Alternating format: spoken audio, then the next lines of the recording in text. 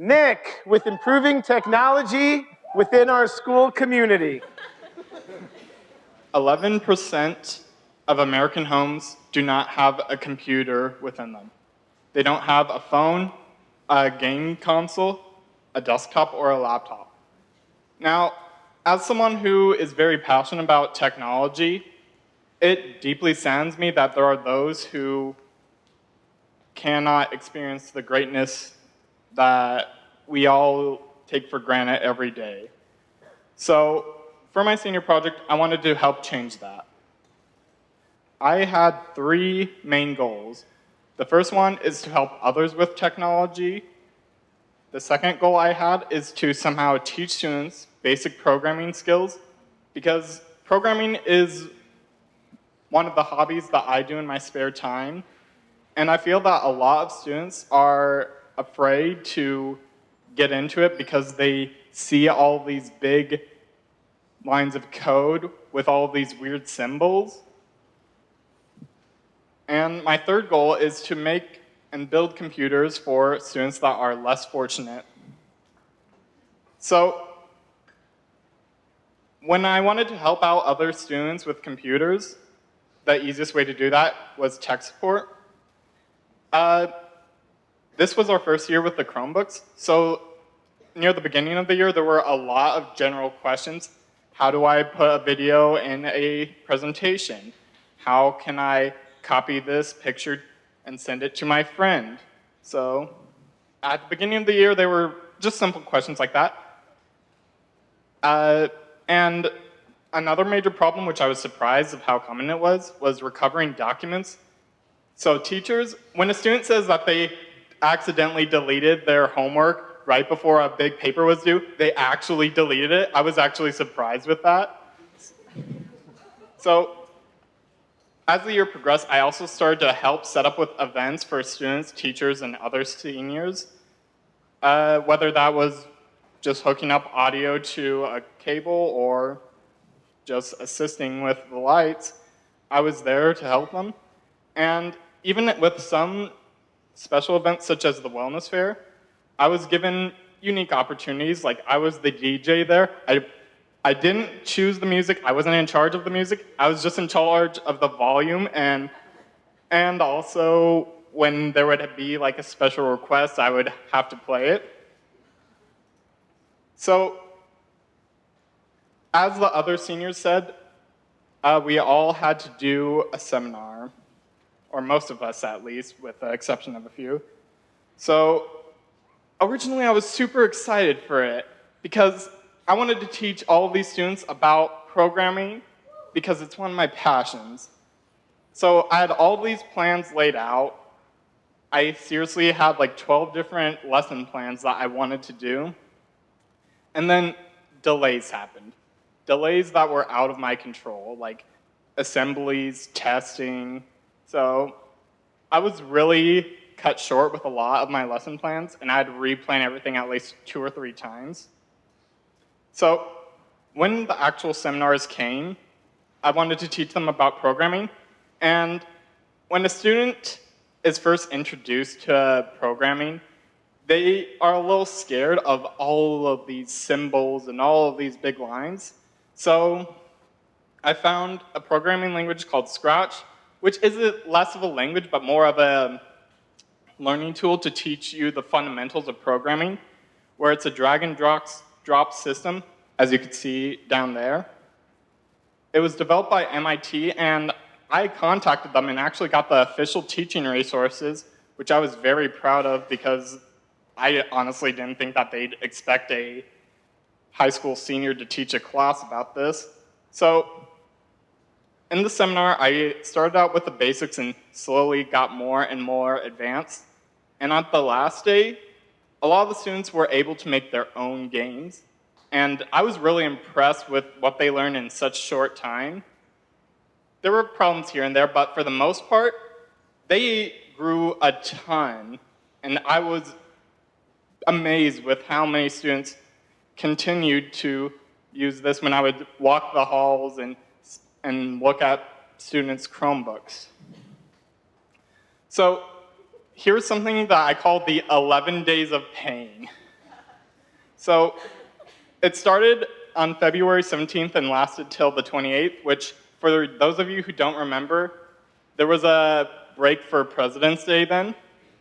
I was at the DMV, and I spent all day there waiting for my driver's license. And by the time we got home, I was so tired, I immediately fell asleep, only to be woke up a few hours later from my mom screaming my name.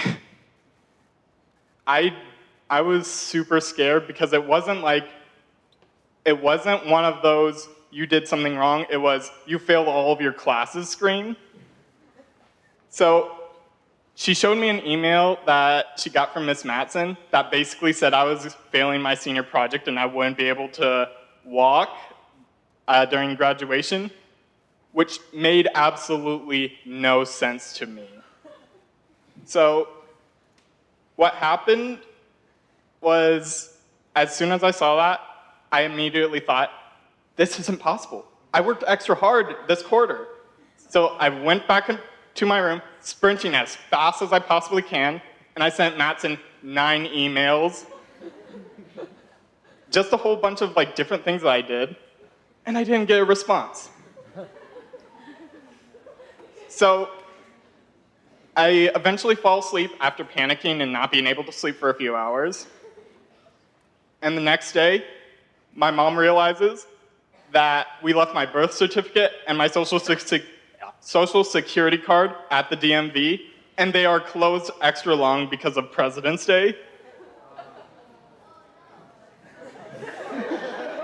So, as someone that just turned 18, having your birth certificate and your social security being possibly lost or taken by someone is really scary. A few more days pass, and I get a response back from Matson, and it was like a one-line sentence that said something along the lines of, "We will talk when we get back." I wasn't sure if that was a good thing or a bad thing, but luckily, it was a good thing. So it turned out to be a whole big misunderstanding. You know the delays I mentioned earlier. Because of that, Miss Matson thought that I basically was 3 or 4 weeks ahead of where I really was at, and really no one just told her that there was all these delays for me. So the moral of the story is communicate with the staff. At this point, I wanted to get to the biggest and most important part of the project to me, so I kicked into high gear. I wanted to have a computer drive. Yes, that's a pun. I know not a lot of you will get it, but it was a really good pun for me. So, a lot of people are not fortunate enough to have computers in their own home. And I wanted to somehow give computers to them. I couldn't raise the money because computers are expensive. Even lower-end ones cost $200, which I just couldn't do. But there is something else that annoys me a bit when I hear about computers. A lot of people have some sort of computer just sitting in their closet. So I decided to kill 2 birds with 1 stone and solve both of these problems. I had a computer drive where I would show up at 7 a.m. every morning and wait on the stage to accept donations from students, parents, and teachers. Now, when I was doing that, I wasn't expecting to get many donations. I was expecting 5 or 10 computers, but I received about 40 different computers with a ton of extra spare parts and cords and wires that a bunch of people donated. And at that point, I instantly knew that my senior project was a success, but it wasn't over yet. So a lot of the computers were really, really old. I wanted to aim for computers that were less than 5 years old because my neighbors have computers that are, less than 5 years old that they gave me because they are too slow for them. But a lot of the computers were 10 to 15 years old, a little bit worse than I expected, but I gotta make with what I gotta do. And when I was going through the computers, there were surprisingly few broken parts. There were still a ton of broken computers in general, but they were a lot less than I expected. And I didn't have the money to install Windows on each of them, so I decided to use Linux and Ubuntu, which is a free operating system, so I could help provide those, so I could help give those students a working computer at a virtually zero cost. So after those computers were built, I needed to distribute it somehow. It would be unfair if it was random, because I know with some person's luck, the rich kid with 12 computers, 5 iPhones, 3 game consoles, and whatever, would somehow get the free computer if it was randomly selected. So during the senior gallery walk, one of the teachers suggested that I do a writing contest where students write a one-page paper on what they would do with the computer, and I would have to pick from it. Now, I expected to read the entries and easily say, okay, this computer or this student deserves a computer, this one doesn't. But from a lot of the entries, I was morally conflicted because I had to choose between the person that had 12 people in one house and only one computer, and the person that had 5 people in one house with no computer. So it was very morally conflicting, and it took a lot of time to decide. So right before I gave them away, which the intended date was last week, there was a catastrophic problem with the operating systems. It wasn't working at all, even though when I tested it, it was working. And it took me a lot of time and a lot of sleep to try and figure out what was causing it. Luckily, yesterday, I solved the issue, and the computers are now ready for the students. Some of them have already been given away, and I wanted to cry a bit when that happened. So just to see what happened after I figured out the problem, it made me feel so much better knowing that my hard work paid off. So so here's Mr. Bolton. I found this picture off of Google. It's actually a good picture.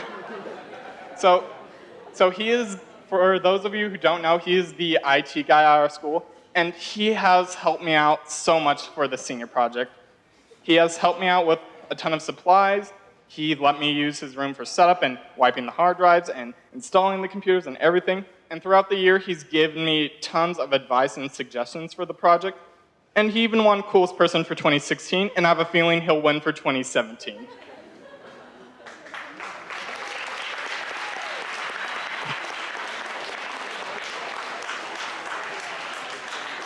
So I wanted to talk a little bit more about what the students had to write. A lot of students had to write about how many computers they had in their own house, which I was really disappointed, or I wasn't disappointed, but I felt really bad when some students that I thought were really well off were actually very limited with the computers that they had in their house. A lot of them that I thought were good students that had all these big computers in their room only did their homework on cell phones, which it's just something that I don't think any person should have to deal with. And on top of that, students had to write what they intended to use their computers for. And a lot of the students wanted to use it for academic purposes, which really made me feel better about it, because if they want to use it for school and not for games, then I think that they deserve it. But again, I was morally conflicted of which poor person had to get the computer while the other one had to. It made me feel so bad having to judge between them. So throughout this project, a few things went well. I was relatively independent, which was also a double-edged sword, because that I thought that I didn't have to communicate, and that ended up causing me 11 days of pain. I felt like I helped a lot of people, which again, it makes me feel really good just to help others out who might be struggling with something on their computer. And I felt like I completed most of my goals on time, and when there were delays that were out of my control, I think I dealt with them really well. Now, if I had $1 for every time I procrastinated, well, you know where that's going. Yeah, you've heard that from every other student. So, again, my communication with the staff should have gone better, and it did get better near the end, but when there was that middle point, and I felt like I could have done more. I felt like I could have done more computers. I felt like I could have just done a little bit more for my senior project. And of course, the delivery of the computers was something that I had trouble with at the end because I accidentally emailed some students the wrong date, and then there were the delays, and I felt really bad because of it. So I want to thank Mr. Bolton, the computer donors, and the people who entered for the computer contest. I want to thank the other seniors who helped me out through this entire year, who kept me from going insane. And I want to thank my mom for doing all the driving that she does for me and for going to the store or when I need to get a part for a computer. So really throughout this whole project, I felt like I learned a lot. I know that the senior project seems intimidating, but if you take one step at a time, you'll get through it in no time. I also learned a lot of good lessons about time management and communication and just how helping one person can make your day so much better. Thank you.